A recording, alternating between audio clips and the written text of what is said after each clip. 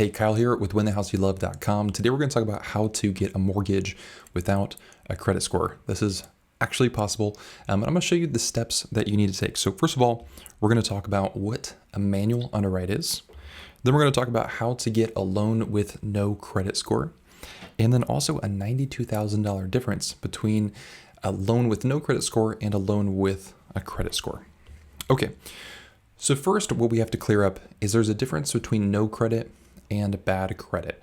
All right, so this loan is only for if you have no credit whatsoever. You've never opened a credit card or an auto loan or anything that has debt attached to it you've never opened. Okay, so this cannot be used to solve bad credit, right? So if you have delinquencies or collection accounts, you can't use a loan like this in its place. This is only for people who have no credit history at all. So what's going to happen is the lender is going to pull your credit to verify that you don't have a credit score. All right, if you have a lower credit score, you're going to have to use that lower credit score. Now, if you don't have any credit score, then you can move forward with 4 different types of loans I'm going to show you here in just a bit.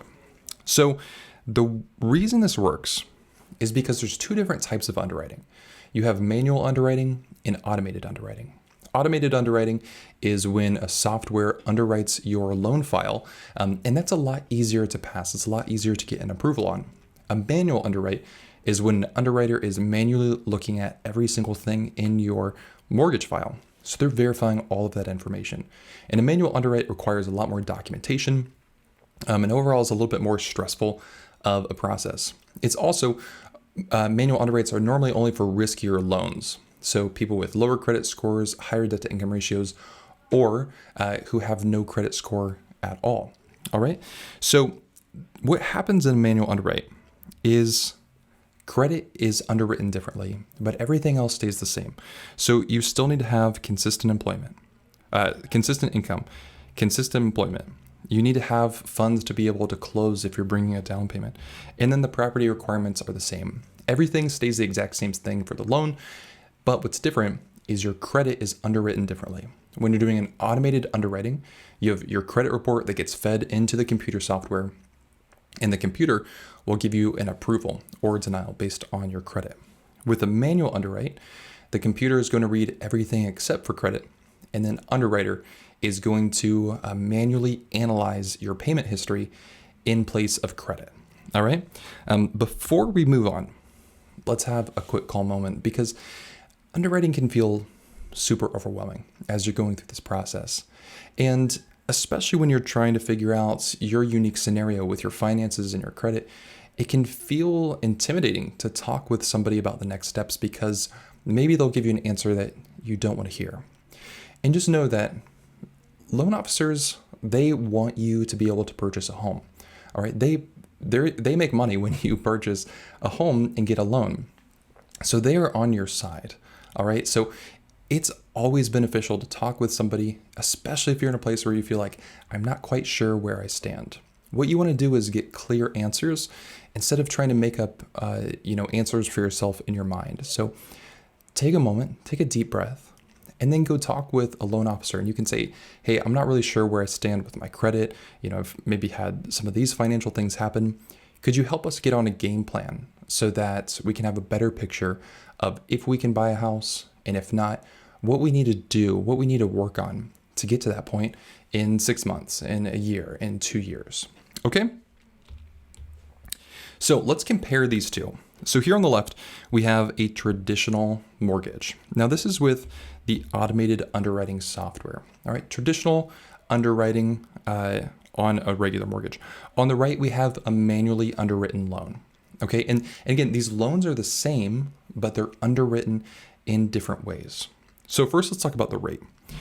The rate on a traditional loan is going to be lower, and on a manually underwritten loan, it's higher, because the risk is higher on a manually underwritten loan.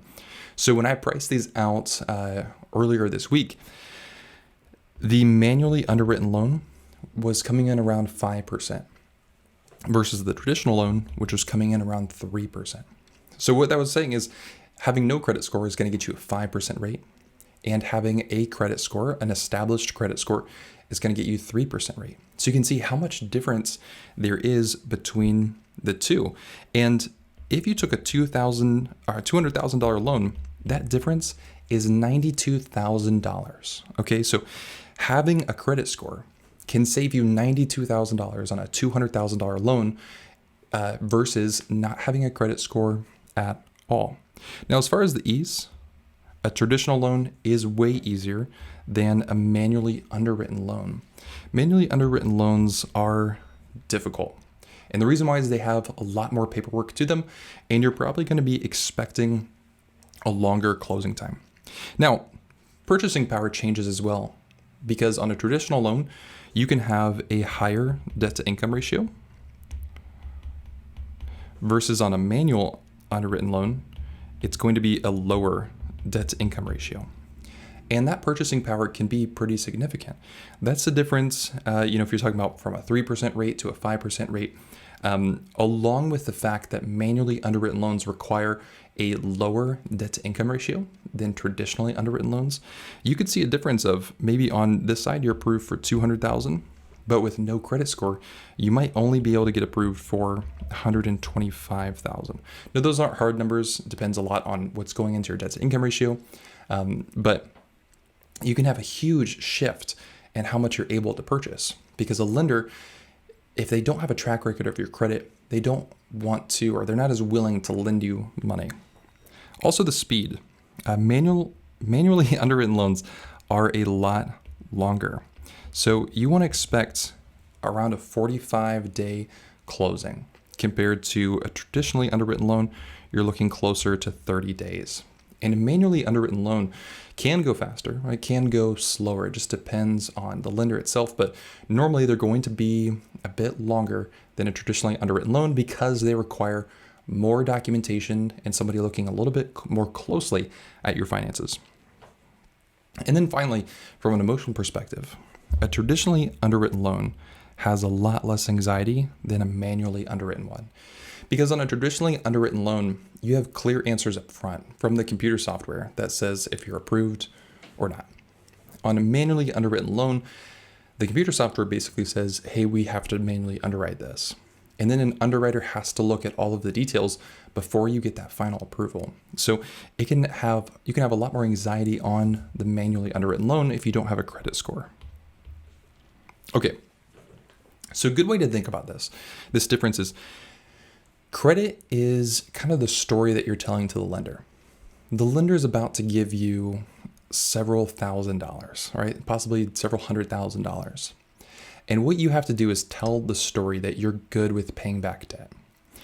So normally, a credit score tells that story for you, right? Your credit report is going to show a lender how well you use debt. How do you pay it back? Do you pay it back on time? How much do you use? That is going to tell the story of how you use debt. If you don't have a credit report and you don't have a credit score because you've never used credit, you have to have another way to tell the story that you can pay back money. All right, because if you were going to give $200,000 to somebody, you would want to know, are they actually going to pay me that money back? The lender wants to know the same thing about you.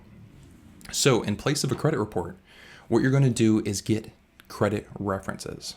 And all this means is you're going to find payment history that you've already made on other accounts that aren't debt. So normally for a manual underwrite, you're looking at 3 12-month on-time credit references. And here's some things they could be. They could be your rental payments. They could be a telephone bill. They could be utility bill. If you don't have any of those, you could look at auto insurance. You could look at maybe accounts that you have with other places. Anything that's going to show that over a 12-month or longer period of time, you can pay things back consistently, or you can pay things to installment accounts consistently, like utility bills. Now, you can't have any missed rental payments in the past 12 months. So if you were behind on rent, then you're not going to be able to get a manually underwritten loan. But you can have a max of 1 missed monthly payment on some of these other accounts. Okay? And just as a side note, I have a PDF that you can download that's going to show you 7 different ways that you can save money on buying a house and getting a loan. You can go to winthehouseyoulove.com/free to get that. Okay, so some other requirements as well. This is only for a primary residence. So you can't get this on an investment property. You have to live in the home to get it. Also, you're normally going to need 1 month of reserves in your bank account after you close. So a month of reserves is what you do is you take your monthly payment, and that's your reserve amount. So if you need 1 month of reserves and your payment is $1,000 per month, then you need $1,000 in your bank account after you pay for your down payment and closing costs. What the lender wants to make sure is that you don't empty your bank account to get the loan. They want to make sure you have money left over, and that's what the reserves are. Now let's talk about the ratios, because ratios are a lot different on manually underwritten loans. So here I have the 4 different loan types, and you can do all of these loans with no credit score. All right, so on a conventional loan, they have a back-end debt-to-income ratio of 40% and no front-end ratio. A front-end ratio is your proposed housing expense, so the cost of your mortgage divided by your total monthly debt, by your total monthly income. And then the back-end ratio is your mortgage payment plus debts divided by your monthly income. So on FHA, it's 3143. On VA, they use residual income. They don't count debt-to-income ratio, and I'll make a video on that in the future. And then USDA is 29 and 41. Now, as far as the down payment, conventional requires 5% down, FHA requires 3.5% down, VA is 0% down, and USDA is 0% down as well. So you can still put a really low down payment even if you don't have a credit score with all 4 of these loans. You just have to keep in mind those debt to income ratios are a lot lower. So something to keep in mind as well is you can always refinance this loan when you get a higher credit score. So you can get your mortgage, and then maybe you refinance in a year or two when you start having a little bit more credit history, and take that higher interest rate and lower it down a little bit when you do your refinance. So what you want to do is you want to talk to a lender first about if they offer manual underwriting. Don't go through the whole process only to find out that they're going to come back and say, hey, we can't do the loan because you don't have a credit score. Make sure that they do manual underwriting with no credit score beforehand. So you can talk with a mortgage broker who can connect you with a lender.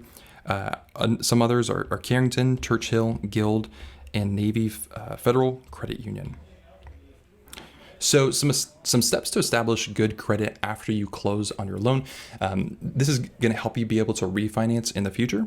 Is number 1, you want to make sure that you pay your mortgage on time. Okay. If you fall behind on that payment, it's going to be extremely difficult to refinance in the future, and it's going to tank the credit that you're establishing. Because getting a mortgage is now going to start you having things on your credit report, and you want to make sure all of that is good. Remember, it's about the story that you're telling with your credit. So make sure to pay your mortgage on time. Also, consider opening 2 credit cards and keeping a low balance on them.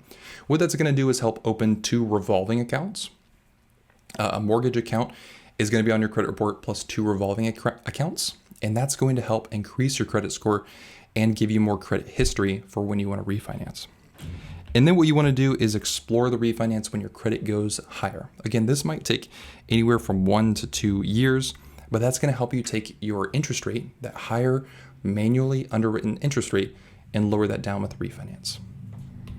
Okay, so if you want to learn more about building credit to buy a house, because it might be advantageous for you to build credit first before you look at getting a no credit score loan, this video over here is going to help you understand how to establish credit before you purchase a home.